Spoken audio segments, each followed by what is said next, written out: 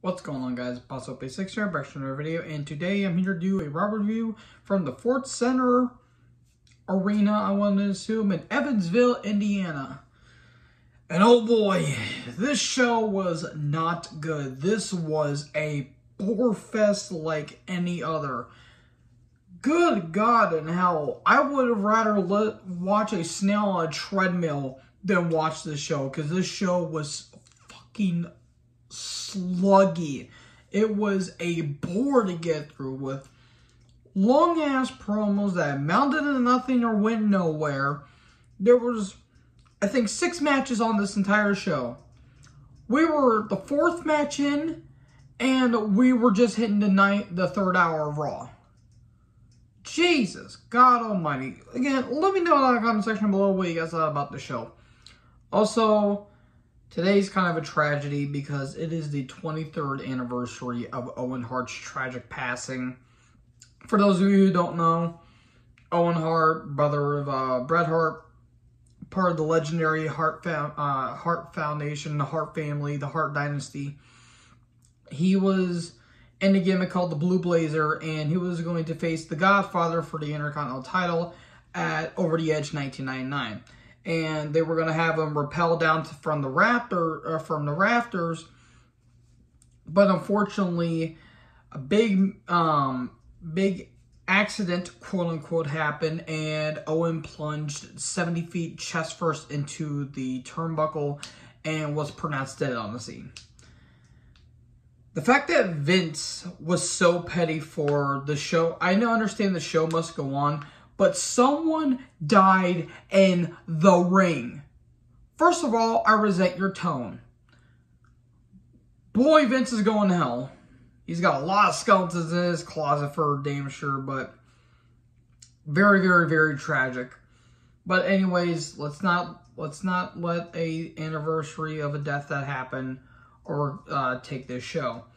So we get a recap of the tag title unification that happened on SmackDown, and the kids crying, which was good stuff. Riddle comes down, and he cuts a promo talking about how Orton mentored him. And yeah, this was not a good promo. This was not a good promo.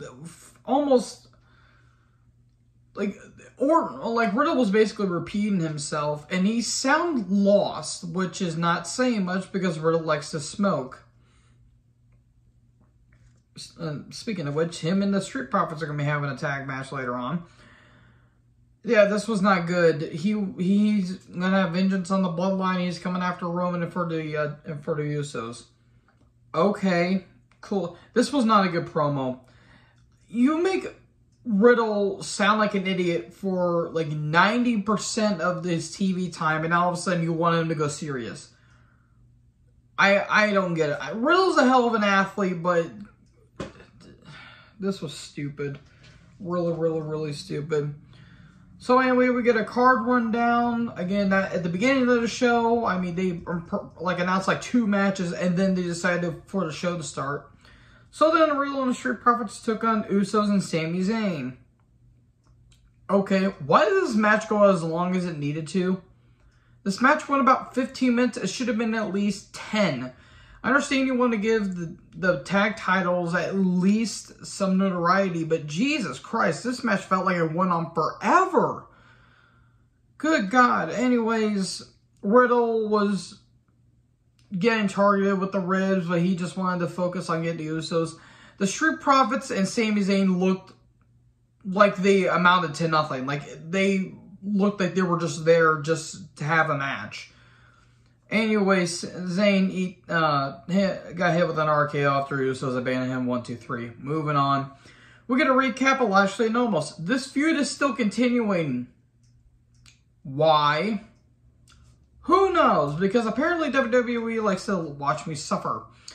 So anyways, Lashley comes down, and he's throwing down the gauntlet. And then Omos and MVP show up. They do a Top Gun reference that was so forced. Jesus God Almighty. Lashley wants almost a Hell in a Cell, and Lashley's going to be taking on MVP, and whoever wins gets to pick the stipulation for the Lashley and Omos match. Okay then. And Lashley even said, MVP, what was the last time you won a match? and Lashley, I made you, and all that stuff. And actually, no, MVP, I made you. You are human. You are not robot. Okay, more on this in a little bit. We're going to recap of the Judgment Day community. And them having their scuffles with Balor, Styles, and Liv Morgan. And then they come down to the ring. And then we get a recap of Asuka versus Lynch for some reason. They're having a rematch tonight for reasons. And then Pierce and Brooke are backstage. And Brooke's talking about how she wants to get her hands on Carmella. Okay. I'm surprised they didn't show any 24/7 bullshit on this show. That's an upgrade. Get rid of the 24/7 shenanigans, please. Jesus Christ. And then Becky Lynch shows up. What in the 18th century dress was that shit? Good Lord, that looks like something Queen Elizabeth II would have wear. Anyways, Lynch and Asuka are having a match, and if Lynch wins, then it's going to be a triple threat. A three-way. Oh my. Okay. So, Judgment Day are in the ring. Oh. God. I love all three of these talents. I love Edge. Priest is very, very charismatic. And Rhea, good Christ almighty. How does she get hotter every week? This is stupid. This is not good. I want to love this. Every time a gimmick happens in wrestling, I want to give it a chance. Because who knows? It could probably turn around. This is stupid. This is very stupid. And this went on forever, it felt like. It feels like I'm repeating myself. Kettle corn. It's good for you. Not really. But they want, everyone joined the Judgment Day. Like Ciampa, McIntyre, Bliss, Corey Graves, Balor, Styles, Morgan. They want everyone to join the Judgment Day community. But this is stupid. And by the way, Styles and Liv Morgan are having a match between Rhea Ripley and Damian Priest, which I almost forgot even though they announced it. That's how long this took. This took 10 fucking minutes. We're not the opening segment, or we're not cutting a Triple H promo. At least in the 2000s, at least. 2002 specifically. Well, 2002 through 05, I would say specifically. Anyway, Styles and Morgan took on Priest and Rhea. It wasn't bad, I just didn't care. And, so much scissoring action between Liv Morgan and Rhea Ripley. Have fun on seeing that, or have fun seeing that. You take your pick. Again, I just didn't care about it. I want to like all this. I really do. Edge is trying so hard to make this thing work, but it's not working. In the end, Liv goes for the Oblivion, but Edge looks like he was pulling on Rhea's ass. I wouldn't blame him if he did. And Rhea gets the pin, 1, 2, 3. Okay, and then there was a melee afterwards where Styles tries to fight them all off, but then gets hit with the high-low. And Rhea gets hit with the Riptide, or Rhea hits the Riptide. Okay, cool, this is still continuing. Anyways, Miz is backstage, and he looks like Bumblebee from the Transformers. I don't know why. I'm surprised he didn't turn into whatever kind of card that the Bumblebee was in the Transformers movies, or in the Transformers show. Anyways, he says he's like a Kardashian, except Miz is actually has talent, and he doesn't get passed around like Sonny in the locker room in the 90s. Or is that in the jail cell? You take your pick. But, and he says, Cody has a countdown, and he has more pyro than he has more pyro than a 4th of July display. He's not technically wrong. And he says, I don't go around promoting Ms. and Mrs. They're having a 3rd season for some reason. Okay, I don't care about this. I really don't care. Which sucks. Speaking of suck, here comes the king, Jerry Lawler, he's coming down. And here comes Veer the lion, he's gonna come all over you, da-na-na-na. Anyways, King Court with Veer Mahan.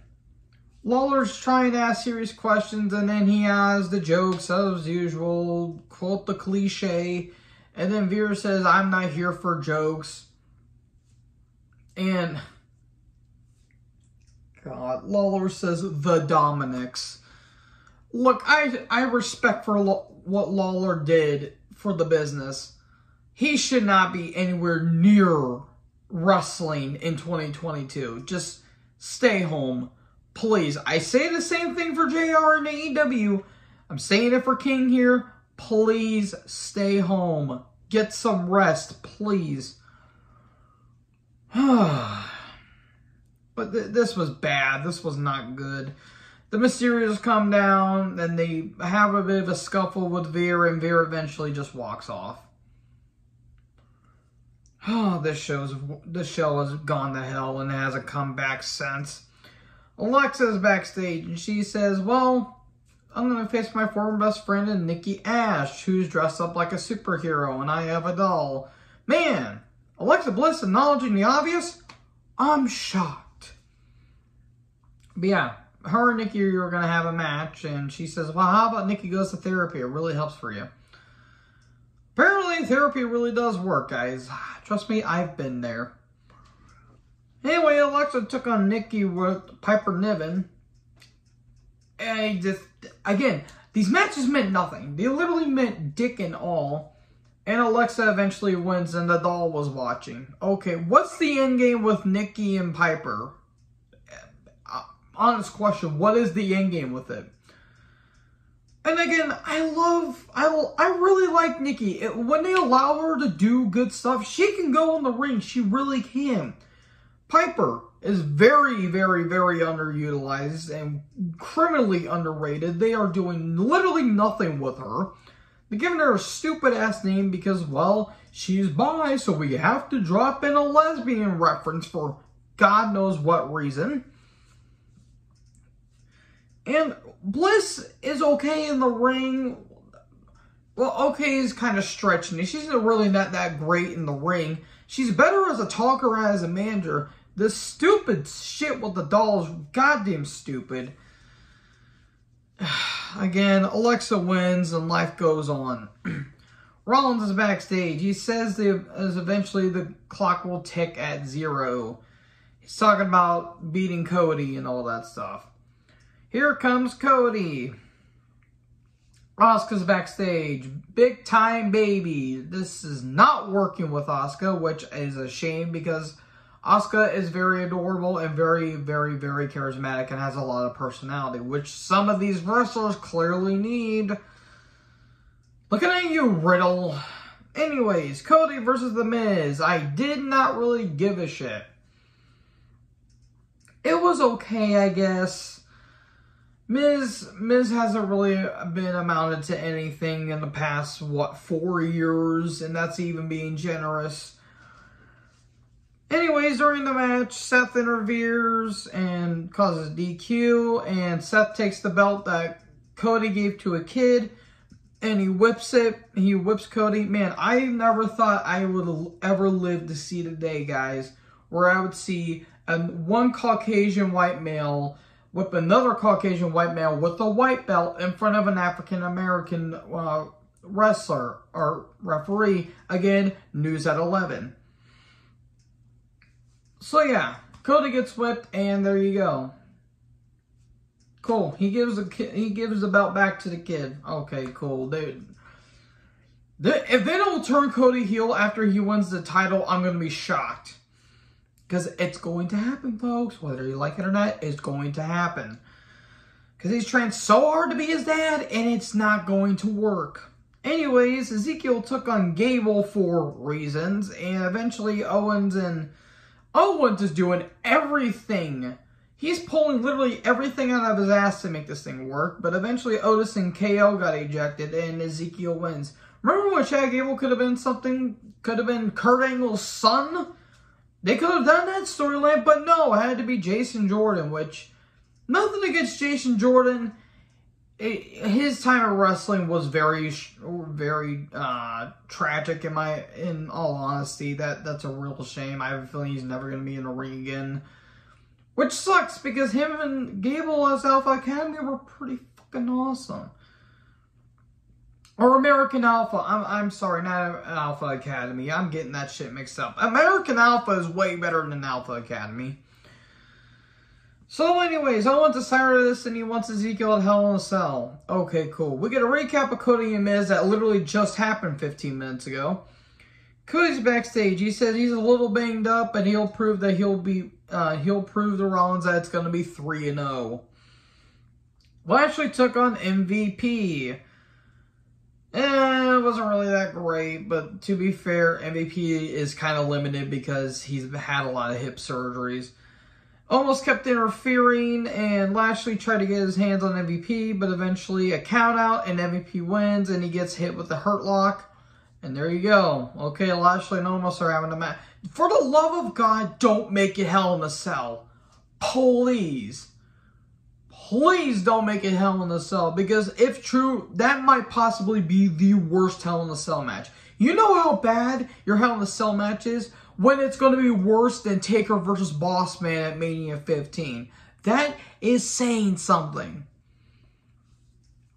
Good God, please don't let that be the case. I have a feeling it's going to, though. Anyways, Bianca comes down. Asuka versus Becky. It was a good match as expected, though the finish literally came out of left field. The finish felt sloppy. Bianca was at commentary, and Becky was sitting in her lap because Asuka hit her with a running knee. And Asuka went to go kick Becky and kicks Belair. And then Asuka apparently gets thrown into the side of the table. And then as soon as she gets back into the ring, it's like she got knocked out or got hit with the finisher. And then Lynch just pins her 1, 2, 3. You made Asuka look weak, and that finish was completely bullshit. But okay, it's now going to be a fatal 3-way. Oh my. So yeah, it's going to be a triple threat for the Raw Women's title. Hooray. This show was abysmal. So yeah, Raw continues to suck ass. So anyways, let me know down in the comment section below what you guys thought about this show. Like, comment, subscribe, join the herd. I'll talk to you guys next video. Peace out.